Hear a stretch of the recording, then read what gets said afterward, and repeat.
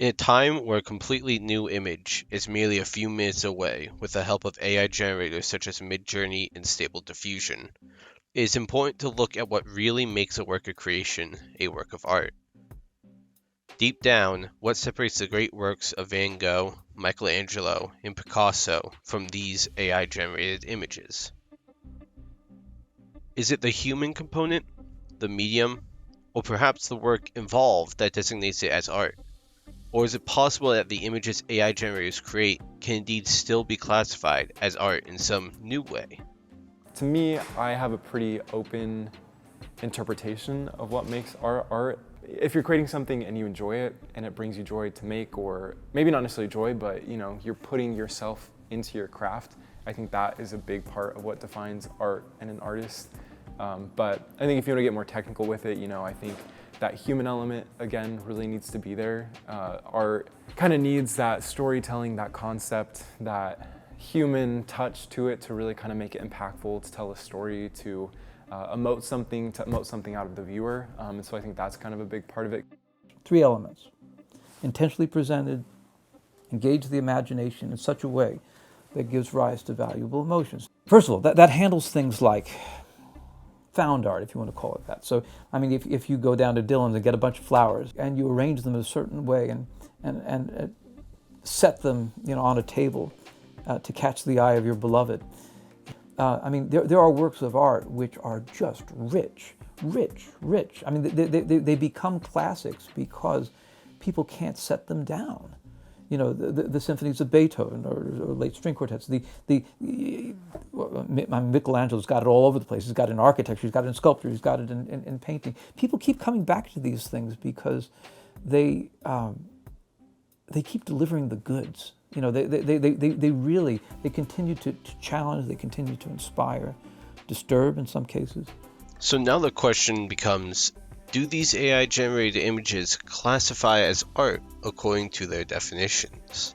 I don't know, I think what AI art kind of puts out is artwork in and of itself, but I think a lot of times the art generally is lacking in kind of that human element. Of course you have somebody putting in prompts, they can kind of add in that emotion, that storytelling, but I think when you're not in kind of full control, so I think it starts to kind of lose that human element. It becomes almost too, it's kind of like a factory, in a way. To me, I see a distinction between AI art is art. AI art is art, but I don't think it necessarily makes the person doing the prompts an artist. See, the art is not the computer-generated thing. The art is what you do with it, right? And that's the key. And there's nothing new about this. I mean, the AI is new, but the idea of taking stuff and presenting it in a way that engages the imagination, that's everything. I interpret truly art as like what makes it good art, what makes it great art even. If AI generated art is like flowers, well, of course you can arrange it, and present it, but don't pretend that the flower is an artist. It's kind of exciting that hopefully AI art, if nothing else, just is kind of that catalyst to make somebody want to get more into art and, learning to use their unique voice creatively, but I don't think it should necessarily be like the be-all, end-all for people, because it doesn't make you an artist by doing that, so. There are cheap, mass-produced things which people like. They're not going to think. Chips Ahoy cookies are pretty good. And everybody likes Chips Ahoy cookies and Oreos. The people who care about eating, will go to a great baker to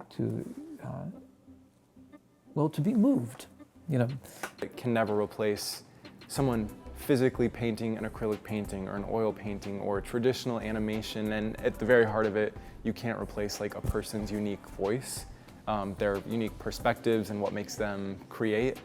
The discussion then turns to how much human intervention is required to turn these images into something that can truly be called art, while simultaneously making the person prompting the AI an artist.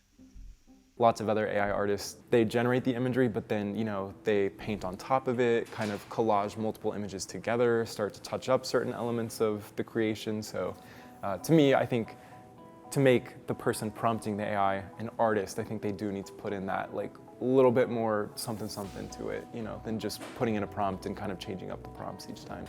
Something artificially generated or computer generated can certainly be taken by a human being, presented intentionally, right, to engage the imagination and evoke valuable feelings. Absolutely. Or creatively, use it in some sort of collage or who knows what. Yeah, absolutely. Of course, with any new technology, many concerns have arisen, specifically for artists. How may this affect their work? Is it going to take away jobs? And how should they look at AI art? Does it spell the end for artists, or should it instead be met with a more optimistic outlook for the potential benefits it may provide? I would personally urge other artists to maybe see it more as a tool, something that we can use to help make us better workers, faster workers, work through ideas quicker, see what's working, what's not working.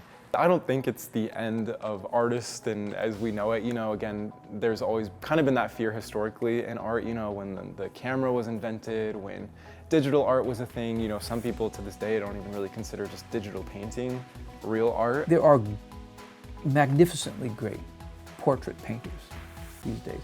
Once upon a time, though, portrait was really kind of the only thing that you had. I mean, a painted portrait was the only thing if you wanted to remember what grandma looked like, And there's a kind of crappy portrait painter who was totally shut down by photography, when it came out.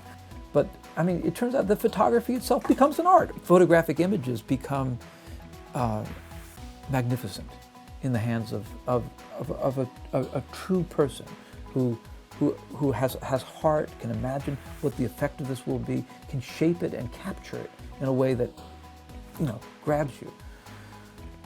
I mean, it's a new art. And this will be so for AI, of course it will be. They know how to take stuff from the environment and use it. That AI-generated stuff is stuff in the environment, or will be, if it's not there yet, it's coming.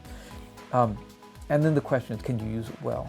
Can you use it wisely? Can you use it with a sense of humor, It can be a really great idea tool, like when I was kind of using it to feed in what the client wanted from me, some of the things it pumped out did kind of inspire me where I was like, oh, I maybe wouldn't have thought to, maybe do this composition or put the character there, but, I can kind of take those pieces from those generated imagery and then I can translate that into my own unique voice, my own unique artistic expression.